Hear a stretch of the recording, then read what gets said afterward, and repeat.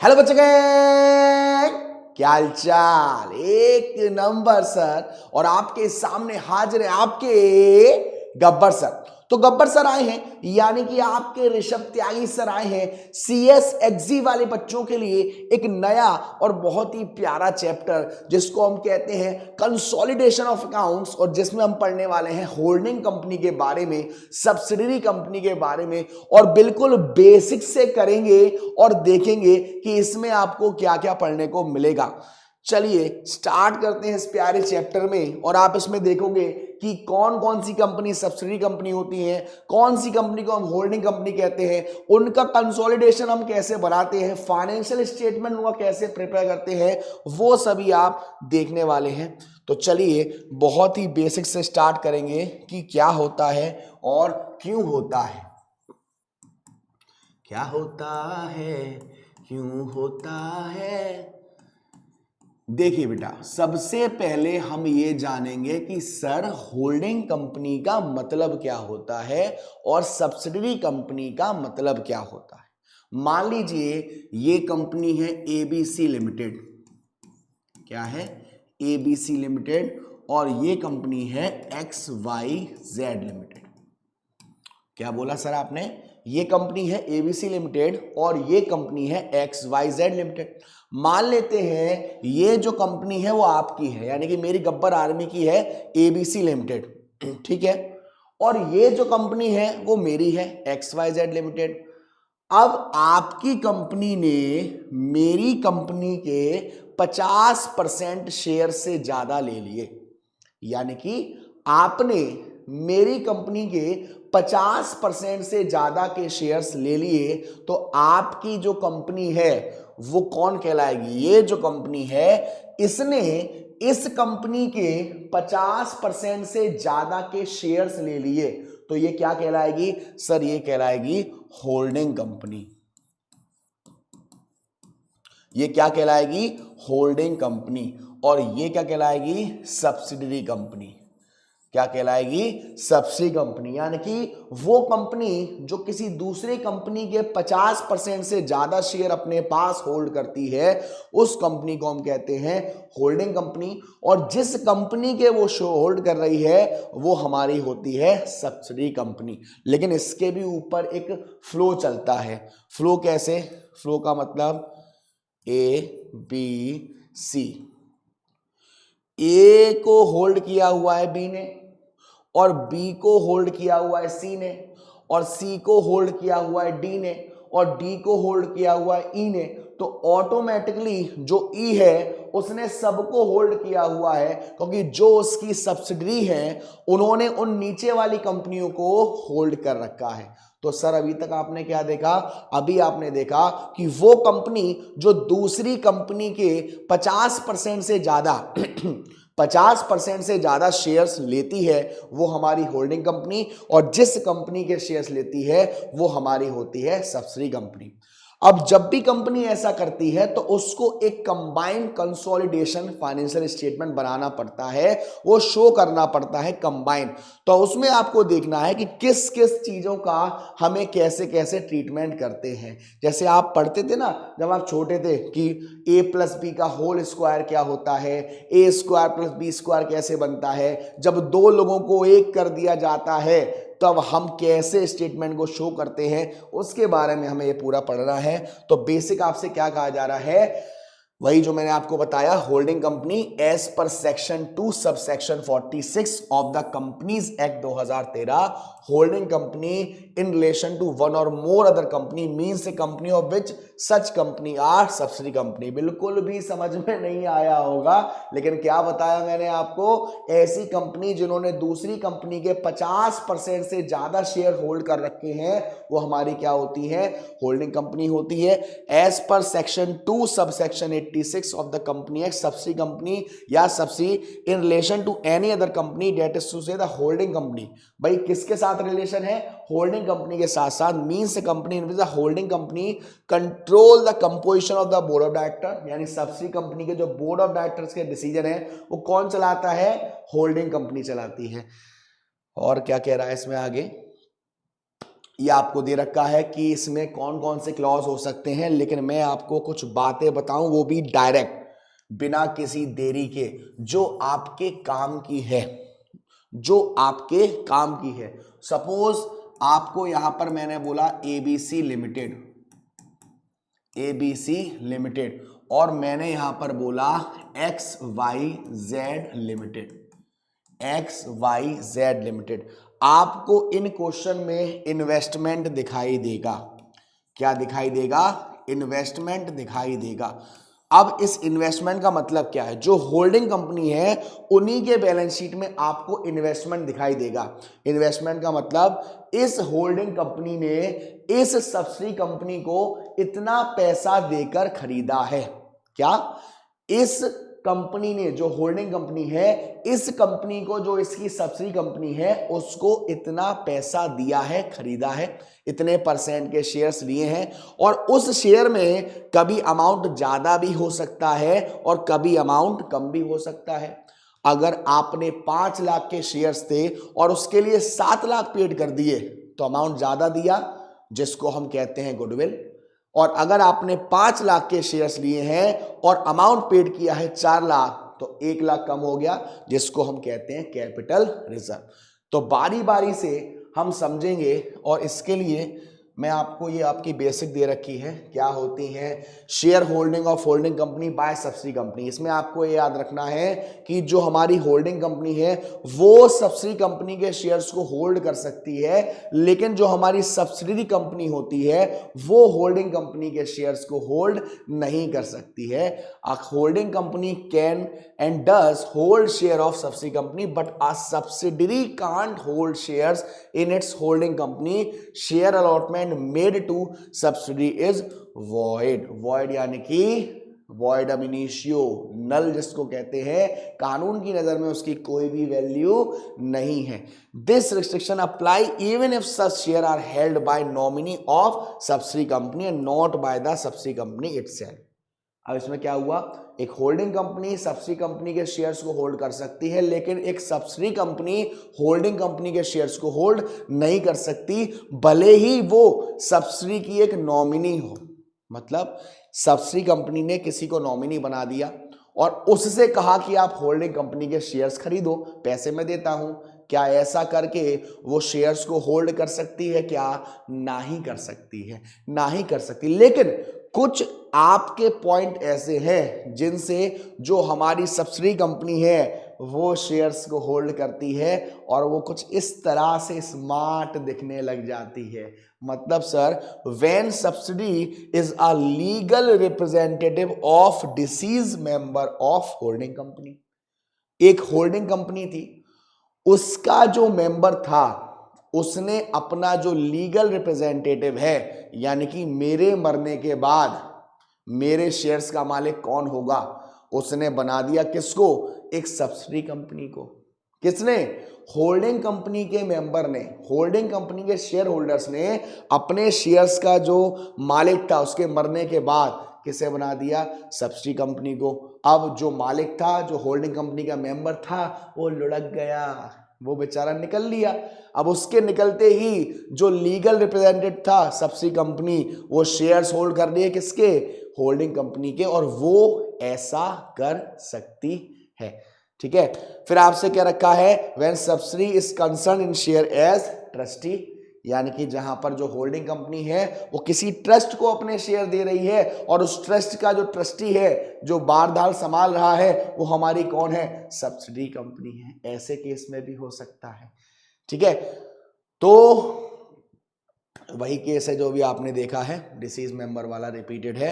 अगर आपने पूरा का पूरा शेयर्स ले लिए सब्सिडी के तो होली ओन्ड है, और पूरे शेयर्स नहीं ले लिए हैं तो हमारा वो पार्शली ओन्ड सब्सिडी कंपनी है। लेकिन ये बहुत पूछा जाता है, माइनॉरिटी शेयर होल्डर्स कौन होते हैं?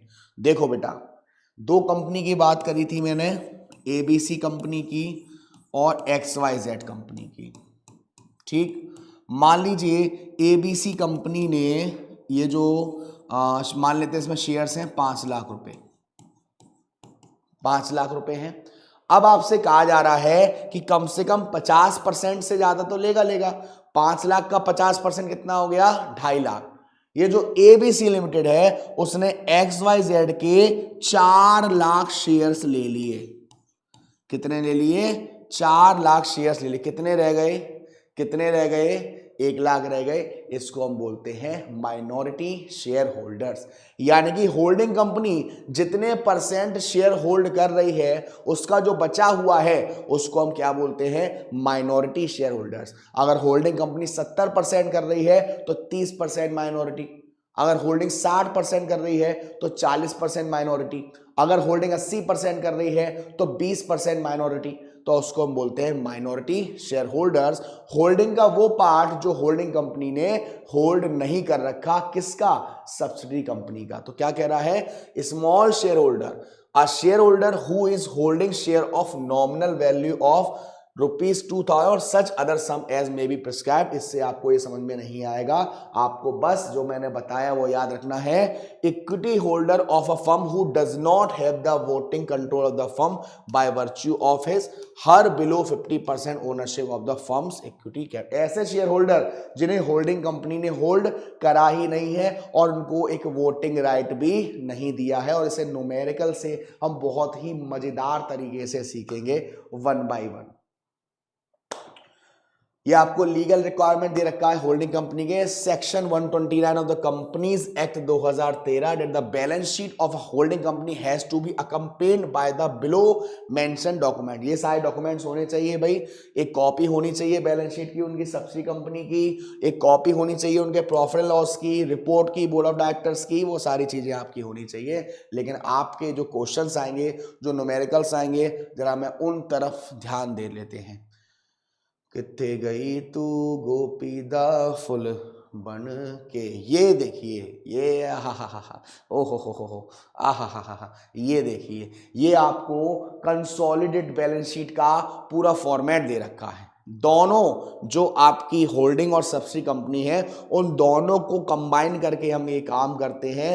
और कैसे करते हैं ये थोड़ा ध्यान रखिएगा। कैसे करते हैं, सबसे पहला जो यहां पर शेयर कैपिटल होगा आपको क्वेश्चन में दोनों ही कंपनी की इक्विटी दे रखी होगी, एक होल्डिंग कंपनी की और एक सब्सिडी कंपनी की।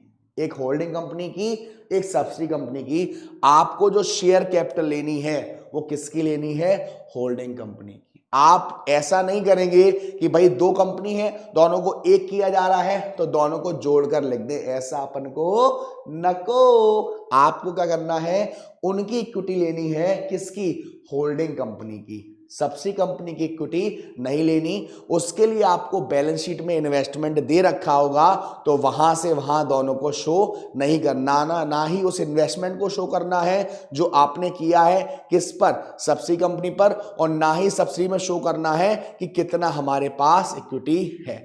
उसके बाद इन रिजर्व एंड सरप्लस का और जनरल रिजर्व का अलग फंडा होता है जिसको हम पूरा बड़े अच्छे से समझेंगे विद क्वेश्चन। चलिए देखो बेटा, ये आपको एक क्वेश्चन दे रखा है, ठीक है। और यहां पर आपने क्या करा, यहां पर आपको देखना है cancellation of investment Holi own और सब्सिडी कंपनी। चलिए तो यहां पर ये मजा नहीं डालेगा, ये आपका एक क्वेश्चन दिख रहा है। अच्छा, कंबाइन बनाया है, ठीक है, ये आ गया बेटा, इसको मार्क कर लेना, बहुत ज्यादा इंपॉर्टेंट है। न्यूमेरिकल में आपसे पूछा जाएगा 110%, ध्यान रखिएगा। न्यूमेरिकल में आपसे पूछा जाएगा। तो देखिए इसको हम करते कैसे हैं ये फॉर्मूला दे रखा है आपको, यहां देखिए। अब बहुत ही ध्यान से देखना बेटा, बहुत ही इंपॉर्टेंट। देखिए क्या कह रहा है आपसे, यहां आपको देखो 2 कंपनी के नाम ले लेते हैं। मान लीजिए ये ए है और ये, अच्छा यहाँ एस दे रखा है, चलिए तो इसको हम मान लेते हैं आर। ये आर कंपनी है और ये एस कंपनी है, नहीं ये एच दे रखा है और ये आपको दे रखा है एस लिमिटेड, ठीक है।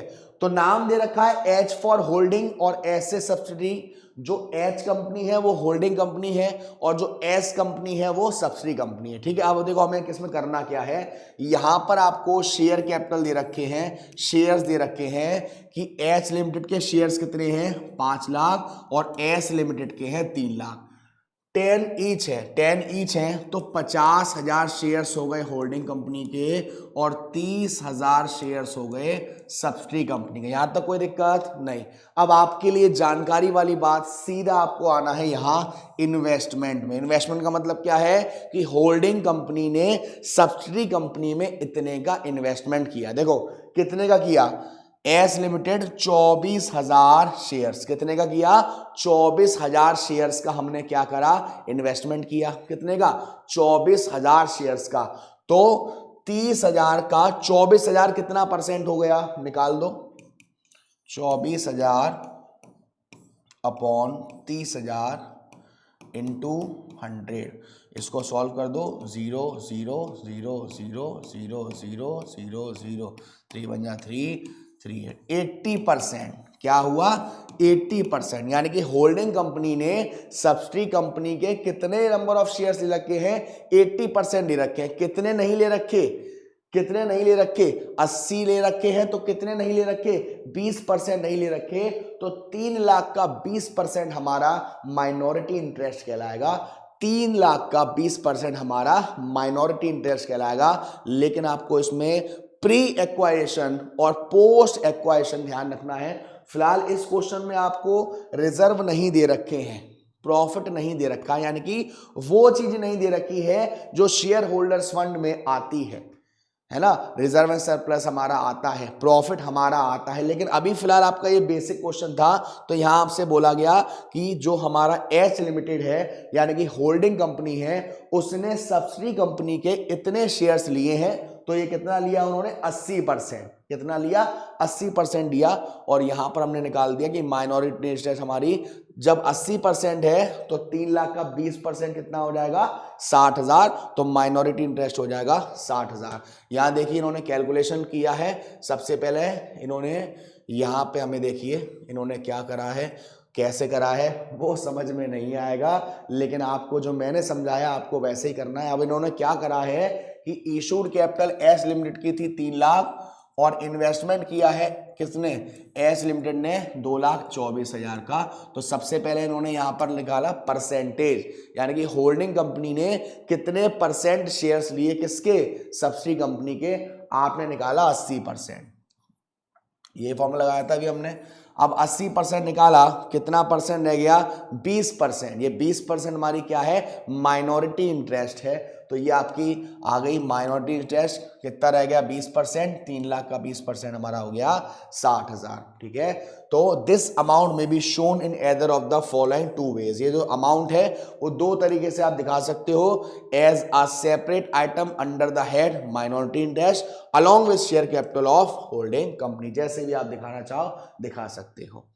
चलिए एक और क्वेश्चन आपको दिख रहा है, ये आपने शो करा है, जो अभी आपने क्वेश्चन करा है उसी को शो करा है। यहां पे देखो आपने शेयर कैपिटल में सिर्फ किसकी शेयर कैपिटल डाली है, आपने डाली है 5 लाख रुपए। किसकी, सिर्फ एच की, सब्सिडी की नहीं डाली। उसके लिए आपने इन्वेस्टमेंट किया था, कितने का, कितने का किया था, 3 लाख में से 2,40,000 किया था। तो वो इन्वेस्टमेंट से वो अमाउंट चला गया। और बचा हुआ जो 60,000 है वो यहां देखो, बचा हुआ जो 60,000 है वो यहां पर आपने शो कर दिया है। तो आपको ऐसे ही करना है क्वेश्चन में। आप जब बैलेंस शीट बनाओगे इस तरीके से आपकी जो बैलेंस शीट बनेगी उसमें आपको इक्विटी में, शेयर होल्डर्स फंड में, शेयर कैपिटल में सिर्फ उनकी शेयर कैपिटल लेनी है जो हमारी होल्डिंग कंपनी है, रूल नंबर 1। रूल नंबर 2, जो हमारी सब्सिडी कंपनी है उसकी कितनी शेयर कैपिटल होल्डिंग कंपनी ने ली है वो आपको शो नहीं करना है। उसके लिए आपने इन्वेस्टमेंट किया था और उससे आपने शो नहीं करना। जो नहीं लिया वो हमने कहां डाल दिया, माइनॉरिटी इंटरेस्ट में। बाकी जितनी भी लायबिलिटी है, जितनी भी एसेट्स है, सबको जोड़कर लिखना है। जैसे सर, जैसे यहां देखो एसेट्स कितने का है, 4 लाख और 3,20,000, यानी कितना हो जाएगा, 7,20,000। लायबिलिटी कितने की है, लायबिलिटी आपकी 1,40,000 और 20,000। तो टोटल कितना हो जाएगा आपका, 1,60,000। या फिर आप देख सकते हैं यहां पर देखिए अगर मैं लायबिलिटी की बात करूं तो 1,60,000, मैं एसेट्स की बात करूं तो 7,20,000, यानी कि आपको दोनों का अमाउंट ऐड करके लिखना है। यहां इन्होंने शो भी करा है कि लायबिलिटी में एच लिमिटेड की लायबिलिटी कितनी थी, 1,40,000, और एस लिमिटेड की लायबिलिटी थी 20,000। लायबिलिटीज का देखो रूल नंबर 1, इक्विटी का अमाउंट आपको शो करना है होल्डिंग का। रूल नंबर 2, जितनी भी लायबिलिटी है दोनों को जोड़ के लिखेंगे। रूल नंबर 3, जितनी भी एसेट्स है दोनों को जोड़कर लिखेंगे। रूल नंबर 4, जितने शेयर्स नहीं लिए हैं, जितने शेयर्स नहीं लिए हैं वो सारे के सारे हमें कहां डालने हैं, माइनॉरिटी इंटरेस्ट में। वो सारे के सारे कहां डालेंगे, माइनॉरिटी इंटरेस्ट में। चलिए चलिए तो छुपा है कहां। अभी आपको फॉर्मेट दे रखा है, कुछ क्वेश्चंस और दे रखे हैं, चलो नहीं दे रखे, गुडविल वाला कंसेप्ट दे रखा है, और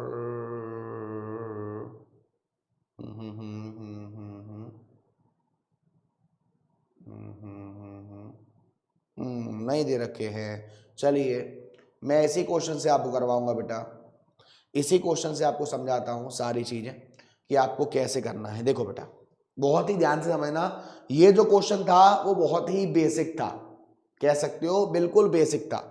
इसी क्वेश्चन को मैं ले लेता हूं एच लिमिटेड और एस लिमिटेड,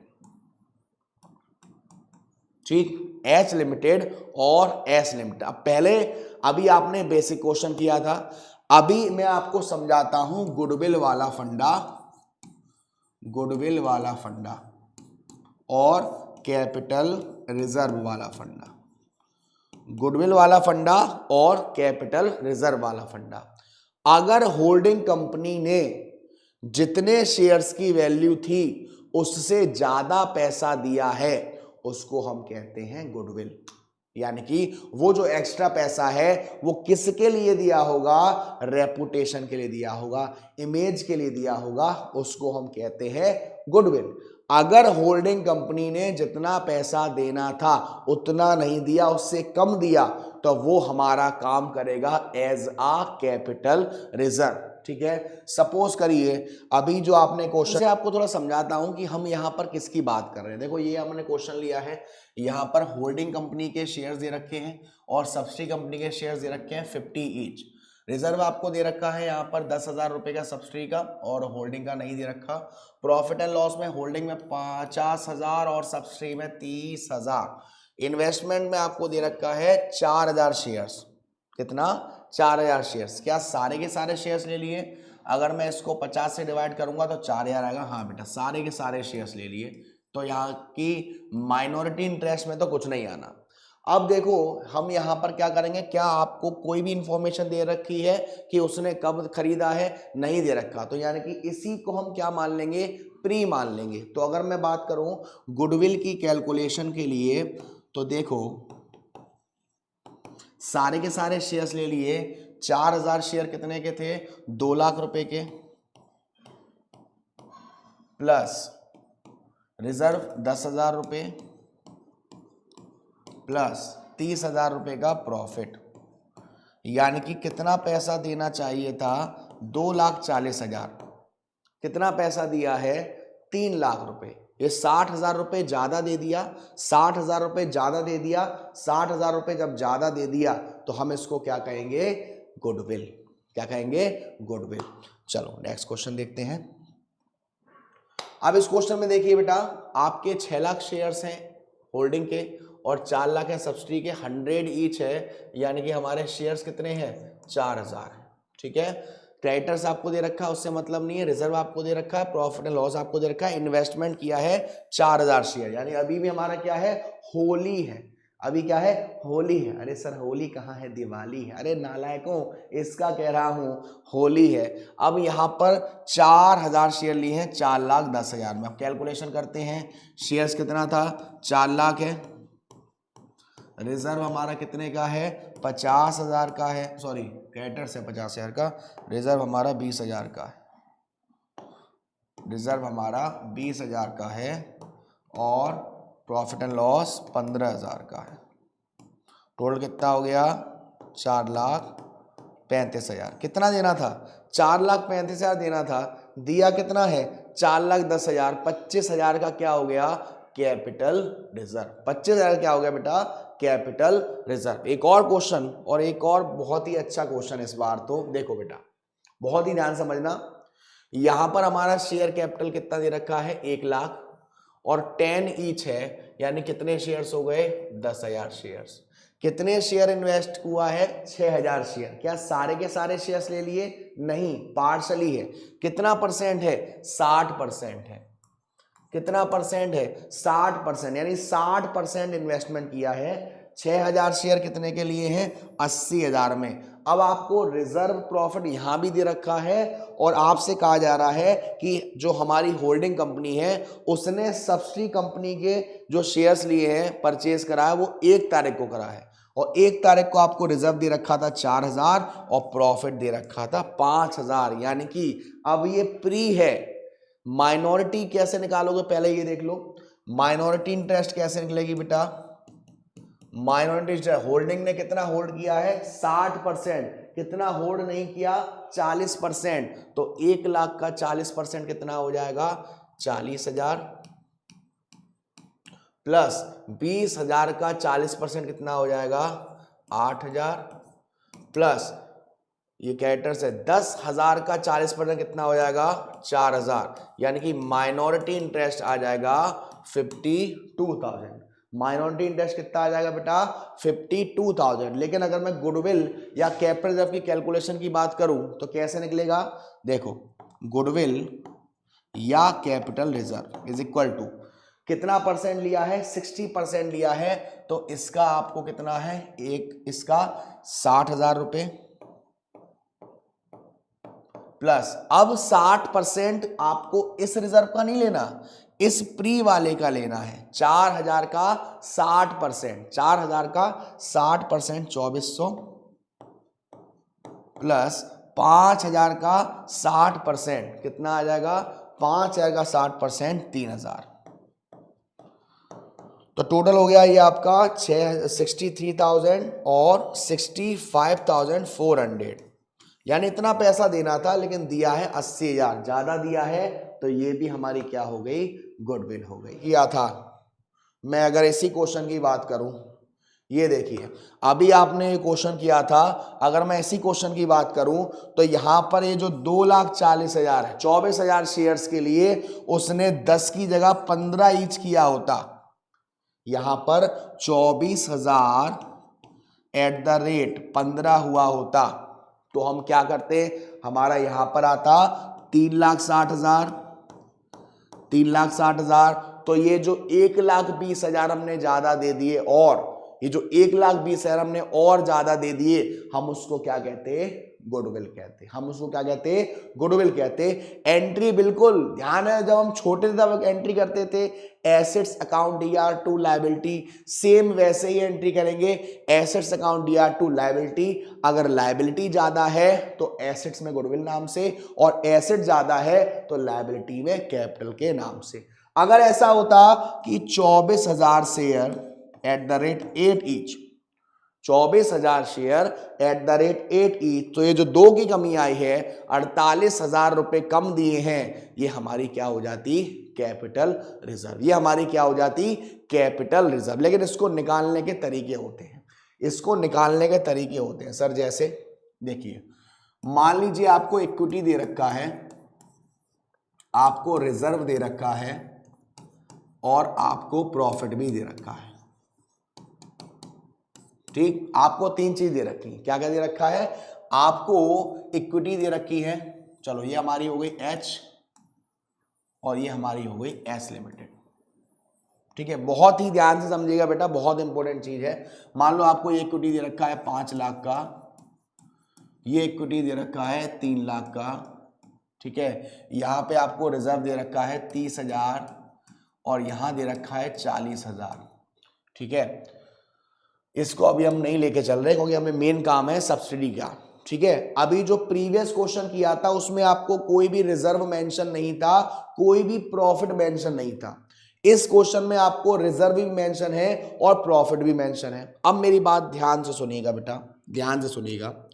मान लीजिए आपका फाइनेंशियल ईयर स्टार्ट हो रहा है 1 अप्रैल से, 1 अप्रैल 2020, ठीक, और एंड हो रहा है 31 मार्च 2021, ठीक है। आपका जो फाइनेंशियल ईयर से स्टार्ट हो रहा है 1 अप्रैल 2020 को और क्लोज हो रहा है 31 मार्च 2021 को। मुझे आप लोग बताइए, जब 31 मार्च 2021 को क्लोज हो रहा है और ये आपको जो बैलेंस शीट दी होगी वो कब की दे रखी होगी, ओपनिंग या क्लोजिंग?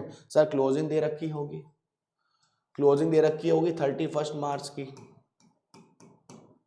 तो जब मैंने किसी भी कंपनी के, जो होल्डिंग कंपनी है, उन्होंने सब्सिडी कंपनी के शेयर्स को लिया, उस समय जो हमारे रिजर्व्स एंड प्रॉफिट होते हैं उसको हम कहते हैं प्री एक्वाइजेशन रिजर्व। क्या कहते हैं? Pre acquisition reserve. और उसके बाद के जो भी रिजर्व होते हैं उसको हम कहते हैं पोस्ट एक्वाइजेशन रिजर्व। जिस दिन होल्डिंग कंपनी ने सब्सिडी कंपनी के शेयर्स खरीदे उस दिन तक के जितने भी रिजर्व हैं वो सारे हमारे कहलाते हैं प्री एक्वाइजेशन रिजर्व, और उसके बाद के जो भी रिजर्व आएंगे वो हमारे कहलाते हैं post acquisition reserve. For example मुझे बताइए, जब हमने 1 अप्रैल 2020 को सब्सिडी कंपनी के इतने % इन्वेस्टमेंट किया 1 अप्रैल 2020 को, तो 1 अप्रैल 2020 को जितने भी हमारे रिजर्व होंगे वो क्या होंगे? प्री एक्वाइजेशन रिजर्व होंगे। और इसके बाद अगली साल में जो हमारे रिजर्व होंगे, यहां तक ये जो 1 साल में हमारा रिजर्व बढ़ गया उसको हम कहेंगे पोस्ट एक्वाइजेशन रिजर्व। क्या कहेंगे? Post acquisition reserve. अब जरा इस क्वेश्चन को दोबारा देखते हैं। अब इस क्वेश्चन में कह रहा है इन्वेस्टमेंट किया आपने, मान लीजिए 5 लाख रुपए का। कितने का किया? 5 लाख रुपए का। आपको सीधा सीधा क्वेश्चन में नहीं लिखना कि भाई साहब 3 लाख के शेयर्स थे, 5 लाख में ले लिए, 2 लाख की गुडविल हो गई। नहीं, आपको अब रिजर्व भी दे रखा है, आपको अब प्रॉफिट भी दे रखा है। अगर नीचे आपको कुछ भी नहीं दे रखा कि उसने कब लिया है, किसने? होल्डिंग कंपनी ने सब्सिडी कंपनी को कब लिया है, तो हमारा ये जो आपको दे रखा है यही क्या मान लिया जाएगा? प्री मान लिया जाएगा। क्योंकि जो भी पैसा दिया जाता है, जो भी कंट्रीब्यूशन लिया जाता है वो प्री में से लिया जाता है। तो हम कैसे करेंगे? देखो, आपको कह रहा है, मान लीजिए आपको इस 5 लाख में कह रहा है कि जो शेयर्स लिए हैं 5 लाख के लिए हैं। शेयर्स कितने के थे? 3 लाख के थे। रिजर्व कितने के थे? 30,000 के थे। प्रॉफिट कितने का था? 40,000 का था। टोटल कितना हो गया? 3,70,000। टोटल कितना हो गया बेटा? 3,70,000। दिया कितना पैसा? 5 लाख, यानी कि 1,30,000 की गुडविल। 1,30,000 की गुडविल। बचा जो पैसा वो माइनॉरिटी में गया ही नहीं, क्योंकि जो कवर किया गया है वो होली करा गया है, यानी कि सारा का सारा। अब मैं जरा दोबारा से आपको इस क्वेश्चन को दिखा दूं। अब मैं अगर इसी क्वेश्चन में कुछ चेंजेस करूं, देखो इस क्वेश्चन में हम क्या चेंजेस कर सकते हैं। यहां पर आपको इन्वेस्टमेंट दिख रहा है कितने का? 24,000 शेयर्स का, यानी कितने % लिया गया है? 80% लिया गया है।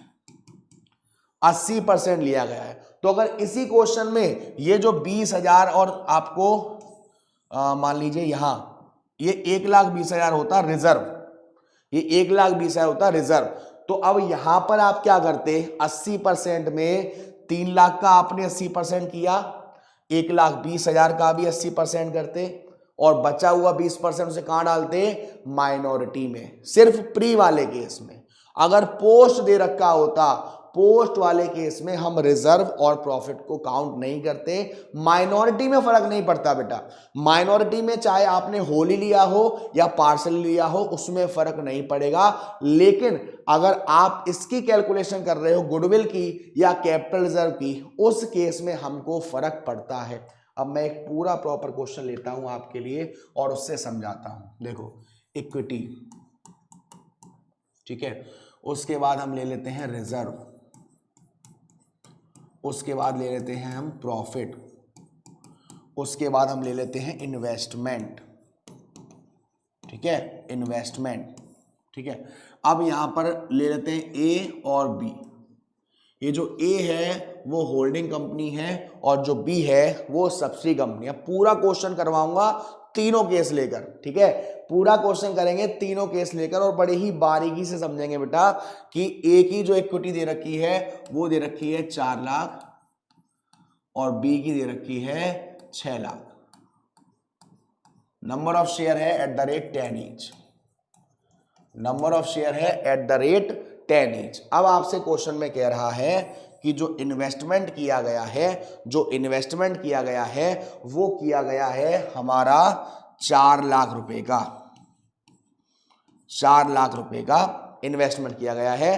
तो सबसे पहले आपको निकालना है कि कितने शेयर्स लिए हैं और मान लो यहां पर आपसे क्या रखा है 10 ईच, यहां पर 10 ईच था तो ये हमारे कितने शेयर्स थे, 6000 शेयर्स थे, 6000 शेयर्स थे, लिए कितने, सॉरी लिए कितने, 6000 नहीं 60,000, 60,000 शेयर्स थे, लिए कितने उसने, 40,000 शेयर्स लिए। यानी कि अगर मैं बात करूं 40,000 और 60,000 को चलो राउंड ऑफ कर देता हूं, मान लीजिए उसने 3 लाख लिए होते, राउंड फिगर कर लेते हैं, 3 लाख लिए होते, यानी कि 60,000 शेयर में से 30,000 शेयर लिए, कितने की होल्डिंग है, 50% की, 50% की। अब आपको यहां भी कुछ रिजर्व दे रखे हैं, मान लो 40,000 और प्रॉफिट दे रखा है 20,000 का। और आपसे क्वेश्चन में एडजस्टमेंट में भी कह रहा है कि जब कंपनी ने 1 अप्रैल को, होल्डिंग कंपनी ने सब्सिडी कंपनी के शेयर्स लिए थे, तब रिजर्व दे रखा था, तब रिजर्व दे रखा था 15,000 का और प्रॉफिट दे रखा था 5,000 का। अब मुझे आप बताओ ये प्री है या ये प्री है, ये प्री है या ये प्री है। सर साल की शुरुआत को आपने दे रखा था, जब आपने खरीदी उस डेट का क्या माना जाएगा, प्री माना जाएगा। तो ये हमारा क्या है, प्री एक्वाइजेशन रिजर्व। और ऊपर हमारा क्या दे रखा है, पोस्ट एक्वाइजेशन रिजर्व।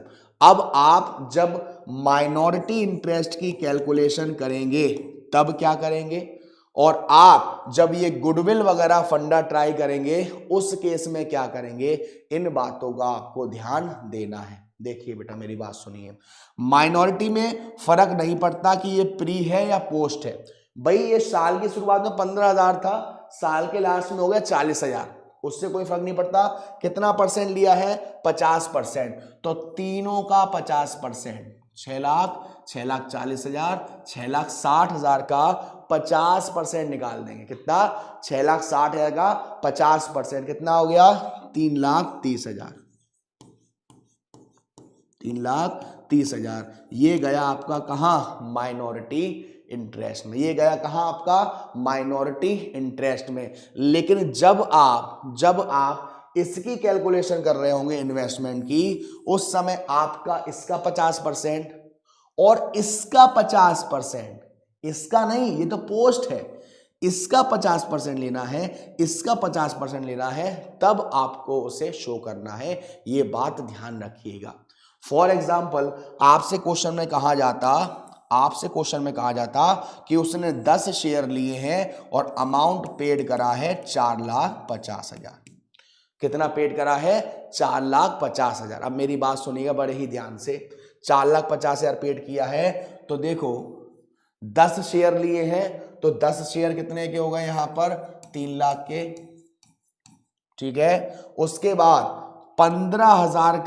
15,000 का कितना परसेंट आपको यहां पर निकालना पड़ता, शेयर के हिसाब से आपने कितना निकाला, 50%, तो 15,000 का 50% यानी कि 7,500, और 5,000 का 50% यानी कि 2,500, ये जोड़ देते हम 3 लाख, 3,07,000, ये हमारा हो जाता 3,10,000। यानी 3,10,000 के लिए कितने एक्स्ट्रा पैसे दिए हैं, 1,40,000, ये 1,40,000 हमारी क्या आती, गुडविल आती।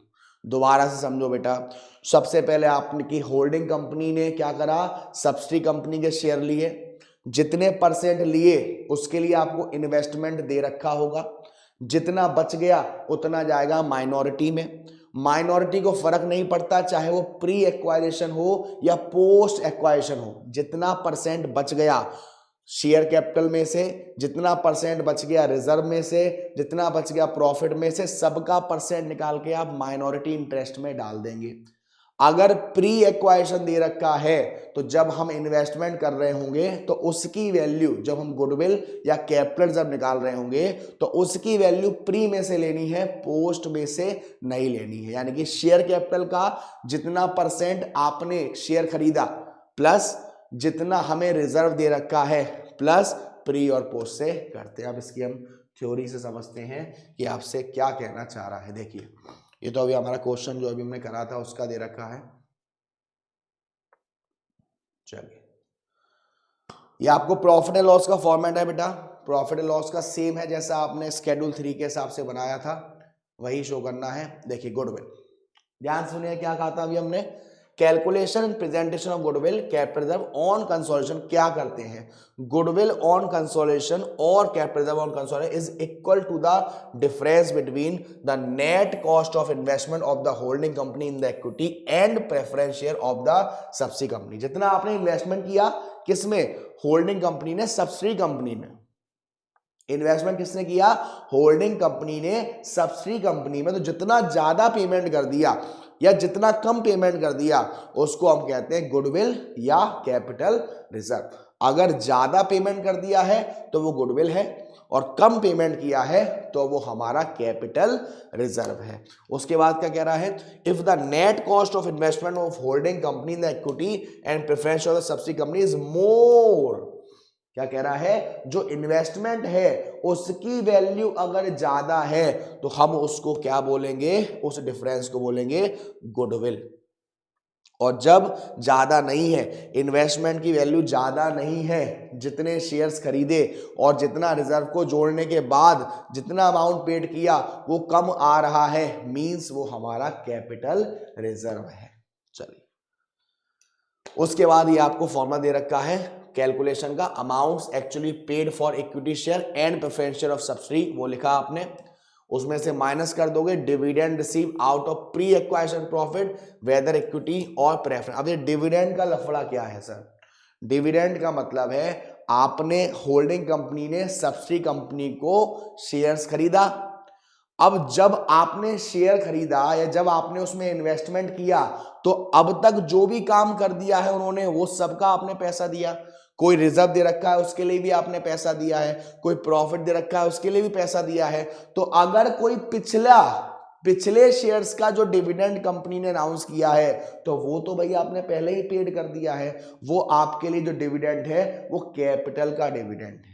उसके बाद के कोई फायदे पर डिविडेंड हो रहा है वो हमारे रेवेन्यू का डिविडेंड है, तो वो सब आपको यहां पर माइनस करना है। उसके बाद share of holding company in the net assets, paid up value of equity share, paid up value of preference share, share holding of company, इन तीनों को हमें करना है और देन आपको तीनों को जोड़ने के बाद देखना है कि अमाउंट किसका ज्यादा है। अब इसकी एंट्री में आपको बताऊं, देखो एंट्री हम क्या करते हैं, पहले ध्यान रखें दो, पहला पॉइंट, जब आप इक्विटी काउंट करोगे तो सिर्फ किसकी लेनी है, होल्डिंग कंपनी की। सब्सिडी कंपनी की इक्विटी आपको शो नहीं करनी होगी, वो आपके इन्वेस्टमेंट से इक्वलाइज हो गई है, ठीक है। दूसरा, जितनी भी हमारी लायबिलिटी है दोनों की जोड़ के आएगी, जितनी भी हमारी एसेट्स है दोनों की जोड़ के लेनी है, जितनी भी हमारा इन्वेस्टमेंट है, अब उस इन्वेस्टमेंट में पहले हमें देखना है कि होली हो रहा है या पार्शली हो रहा है। सर दोनों में फर्क क्या है, जब उसने सारे के सारे शेयर्स ले लिए तो वो होली है, जब उसने सारे के सारे शेयर्स नहीं लिए तो वो पार्शली है।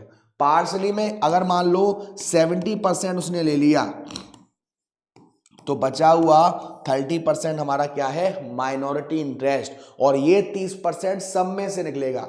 जो भी पेड अप कैपिटल दे रखी होगी उसमें से निकलेगा, जो भी आपको रिजर्व दे रखा होगा उसका निकलेगा, जो भी आपको प्रॉफिट दे रखा होगा उसका निकलेगा, तीनों को जोड़कर निकलेगा।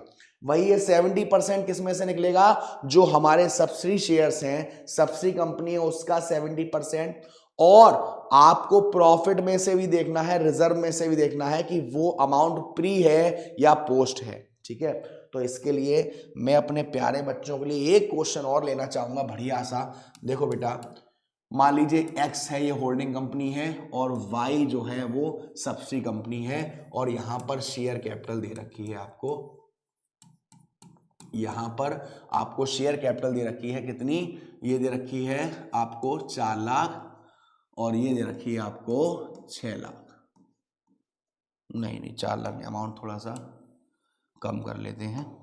ये दे रखी है आपको 2 लाख, और ये दे रखी है आपको 1 लाख। आपसे क्वेश्चन में कह रहा है कि जो फेस वैल्यू है एक शेयर की वो है 20 रुपीज, फेस वैल्यू है वो कितनी है, 20 रुपीज। तो शेयर्स अगर मैं निकालूं तो एक्स के शेयर हमारे आ जाएंगे कितने, ये आप हमारे अगर 20 से काट दोगे तो ये आपका आ जाएगा 10000, 10,000 शेयर्स हैं, और इसके 10,000 हैं तो इसके कितने हो जाएंगे, 5,000 शेयर। यहां तक बात समझ में आ रही है, इसके 10,000 और उसके 5,000। अब आपको क्वेश्चन में दे रखा है रिजर्व, रिजर्व दे रखा है एक्स का 30,000 और वाई का 10,000, सॉरी 20,000। प्रॉफिट आपको दे रखा है इसका 15,000 और इसका 25,000। अब आपसे क्वेश्चन में कह रहा है इन्वेस्टमेंट, इन्वेस्टमेंट कितना, इन्वेस्टमेंट में आपको दे रखा है कि उसने लिए, इन्वेस्टमेंट में लिए हैं 4,000 शेयर्स, 4,000 शेयर्स, 4,000 शेयर्स उसने लिए हैं, और अमाउंट पेड करा है 80,000, अमाउंट पेड करा है 80,000। अब आपको क्वेश्चन में ये भी कह रहा है, देखो अगर नहीं कह रहा होता तो क्या करते, और कह रहा है तो क्या करें, दोनों केस देखेंगे। क्वेश्चन में पहले देखते हैं अगर कुछ नहीं कह रहा है तो क्या करेंगे। देखिए अब यहां पर क्वेश्चन में आपसे क्या कह रहा है, 4,000 शेयर ले लिए 80,000 रुपए के, यानी इन्वेस्टमेंट कितना किया है, 4,000 शेयर। तो पहले तो हम देखते हैं कितना परसेंट लिया है। देखो कैसे निकालेंगे, 4,000 शेयर लिए हैं, 5,000 शेयर्स के इंटू 100, 0 0 0 0 0 0 8 जा 40 0, यानी कि 80% क्या है, होल्ड है। 80% क्या है, होल्ड है।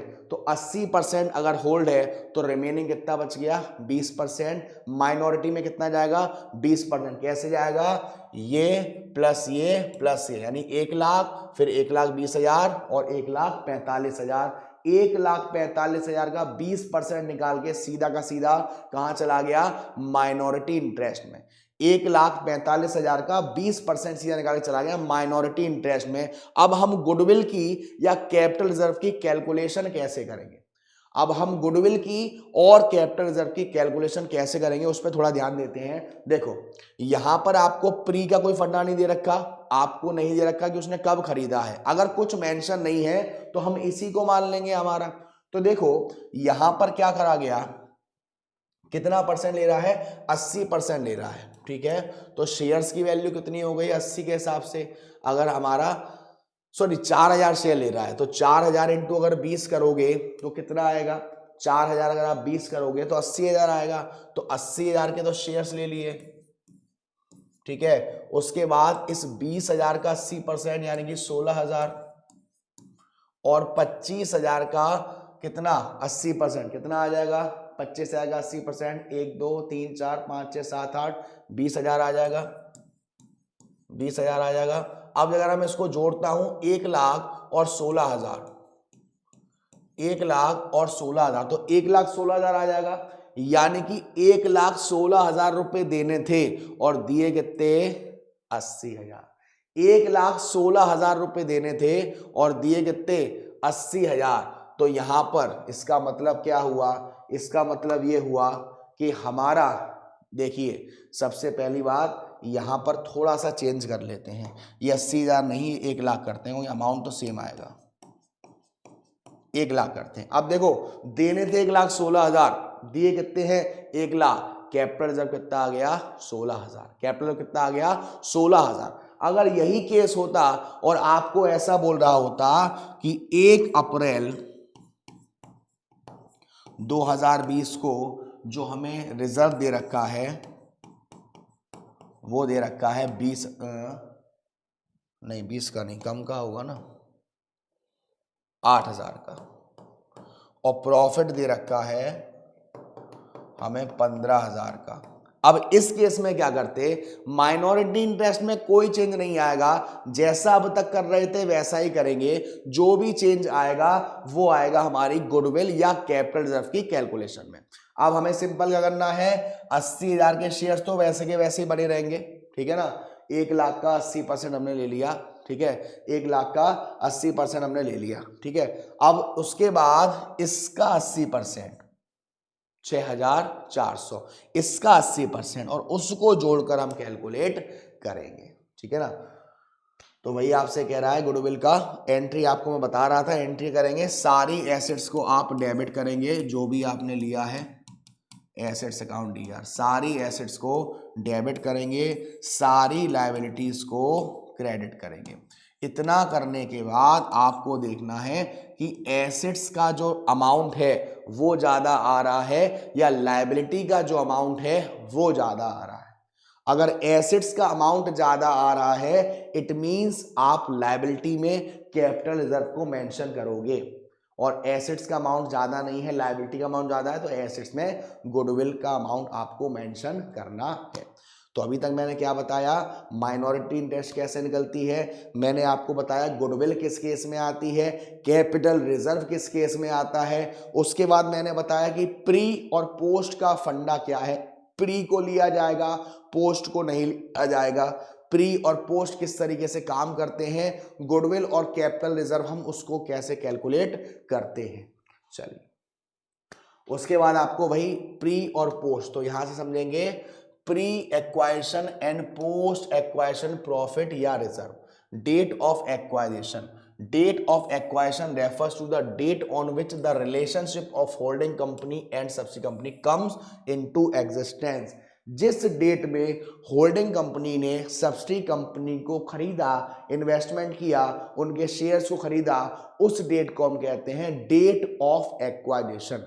तो उससे पहले का जो टाइम था भाई, मैंने 1 अप्रैल 2020 छोड़ो, मान लो मैंने 1 जून 2020 को किसी कंपनी को खरीदा, किसी कंपनी के शेयर खरीदे, तो 1 अप्रैल 2020 से लेके अब तक के जो भी टाइम पीरियड है वो हमारा क्या है, प्री एक्वाइजेशन पीरियड। क्या कह रहा है, pre acquisition period refers to the period beginning with the date of beginning of the current accounting period. Current accounting period का मतलब 1 अप्रैल से शुरुआत हुआ। अगर आपने 1 अप्रैल को ही खरीदा तब आपको दे रखा होगा, नहीं दे रखा तो साल की शुरुआत में थोड़ी ना कोई रिजर्व होगा पहले ही दिन, ठीक है ना। तो साल के बीच में आपने खरीदा, 1 अप्रैल से लेके जिस टाइम खरीदा वो बीच का पीरियड क्या है आपका, प्री एक्वाइजेशन। आपने खरीदा 30 जून 2020 को, 30 जून 2020 से लेकर आने वाले 31 मार्च तक वो हमारा क्या चलेगा, पोस्ट एक्वाइजेशन पीरियड। क्या चलेगा, पोस्ट एक्वाइजेशन पीरियड। तो वही कह रहा है post acquisition period refers to the period beginning with the date of acquisition of majority equity shares by the holding company. तो pre acquisition profit and reserve refer to the undistributed portion of profit reserve earn and created up to the date immediately preceding the date of acquisition majority equity share by the holding company. तो ये मैंने आपको बताया था कि जब आप goodwill का कैलकुलेशन कर रहे हो, उस जब आपने पेमेंट करा तो उस पेमेंट का मतलब है कि जब आपने ज्यादा पेमेंट करा तो आपने शेयर्स का भी पेमेंट करा है, आपने अब तक जो उसने प्रॉफिट कमाया होगा उसका भी पेमेंट उसने ले लिया आपसे, जो रिजर्व क्रिएट करे होंगे उसका भी उसने पेमेंट आपसे ले लिया है। तो जब आप गुडविल या कैपिटल रिजर्व की कैलकुलेशन कर रहे होंगे तो उसका उसने अमाउंट वहां पर मेंशन कर दिया होगा। पोस्ट वाले केस में आपको नहीं करना है, पोस्ट एक्वाइजेशन वाले में उसको नहीं लेना है, लेकिन माइनॉरिटी को फर्क नहीं पड़ता। माइनॉरिटी में पोस्ट हो प्री हो उससे फर्क नहीं पड़ेगा, उसे तो आपको लेना लेना जितना होल्डिंग कंपनी ने होल्ड नहीं करा। लेकिन अगर आप सब्सिडी की बात करेंगे, आप बात करें गुडविल की, तो उसमें हमेशा प्री के हिसाब से आपको चलना पड़ेगा। तो देखो वही कह रहा है the share of holding company and minority interest calculated as under. Share of holding company कितना शेयर होल्ड कर रही है, number of equity share held by the holding company upon total number of equity share in subsidy company into 100। यानी कि holding company ने कितने shares ले रखे हैं, किसके, सब्सिडी कंपनी के, अपॉन सब्सिडी कंपनी के शेयर्स कितने थे, इनटू 100। ऐसा करके हमें परसेंटेज मालूम पड़ जाती है कि कितना परसेंटेज आपकी जो होल्डिंग कंपनी है उसने सब्सिडी कंपनी का ले रखा है। जो बचा हुआ है वो हमारा क्या है, माइनॉरिटी। तो क्या कह रहा है, माइनॉरिटी यानी कि नॉन कंट्रोलिंग इंटरेस्ट। अब इसमें number of equity shares held by minority total number of equity share into 100। यानी कि आप कह सकते हो ऐसे शेयर्स जिनको हमारी होल्डिंग कंपनी ने सब्सिडी कंपनी में जो थे उनको लिया ही नहीं है। अगर मान लीजिए 60% बाय किया है तो 40% माइनॉरिटी इंटरेस्ट है, 70% बाय किया है तो 30% माइनॉरिटी इंटरेस्ट है, और उसको सब में से लेना है। सब में से मतलब चाहे वो आपका इक्विटी शेयर कैपिटल हो, चाहे वो आपका प्रॉफिट हो, चाहे वो आपका रिजर्व हो, आपको उसे सब में से काउंट करना है, क्योंकि माइनॉरिटी को इससे फर्क नहीं पड़ता है। चलिए अब यहां पर आपको दे रखा है प्री एक्वाइरेशन और माइनॉरिटी में। देखो holding company share will be added to the paid value of share presently held by the holding company the subsidy company so as to calculate the holding company share in the net assets of the subsidy company. जो आपका pre है, pre एक्वाइरेशन को हम capital profit मान रहे हैं, क्यों, क्योंकि उसके लिए आपने पेड कर दिया है भाई, और पोस्ट को आप अपना रेवेन्यू प्रॉफिट मान रहे हो, अब वो होगा, अब वो आएगा। माइनॉरिटी में फर्क नहीं पड़ेगा चाहे प्री हो या पोस्ट हो, लेकिन जब आप गुडविल और कैपिटल रिजर्व में निकालोगे तब वहां पे उसे कैलकुलेट करना पड़ेगा। चलिए अब इसमें फंडा आता है रिवैल्यूएशन का भी आता है बेटा। देखिए मेरी बात सुनिए, एक रिवैल्यूएशन का भी फंडा आता है। मतलब सर अब तक आपने देखा शेयर कैपिटल को देखा, आपने देखा रिजर्व को, आपने देखा प्रॉफिट को।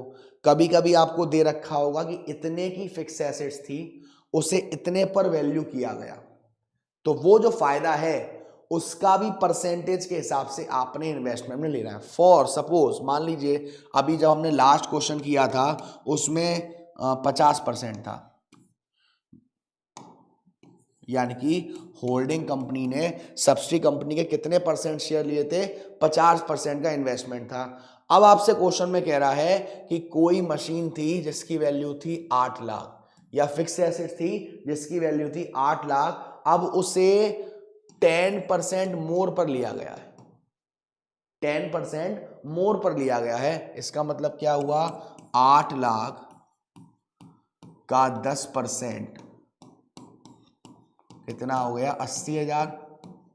तो जब आप जो गुडविल का अमाउंट कैलकुलेट कर रहे हो उस समय आप इसका भी 50% यानी 40,000 लोगे।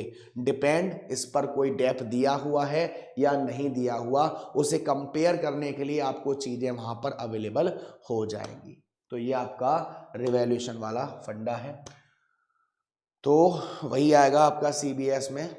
ये देखिए आपको फॉर्मेट है, items which appear on aggregate basic subject to elimination of inter group amount. मतलब कि आपने अपनी किसी चीज को किसे दिया, सब्सिडी में, अब सब्सिडी ने उसे आगे बढ़ाया ही नहीं। फॉर एग्जांपल आपने अपनी किसी एसेट्स को सब्सिडी को बेच दिया, अब सब्सिडी ने उसे आगे बेचा ही नहीं, तो आपको शो करना है या नहीं करना है। आपने अपनी किसी एसेट्स को लॉस में बेच दिया, उसे आगे प्रॉफिट में बेचा है या नहीं बेचा है, उसे हम यहाँ शो करते हैं इस फॉर्मेट में। डिपेंड्स कि आप किस रूल्स को फॉलो कर रहे हो।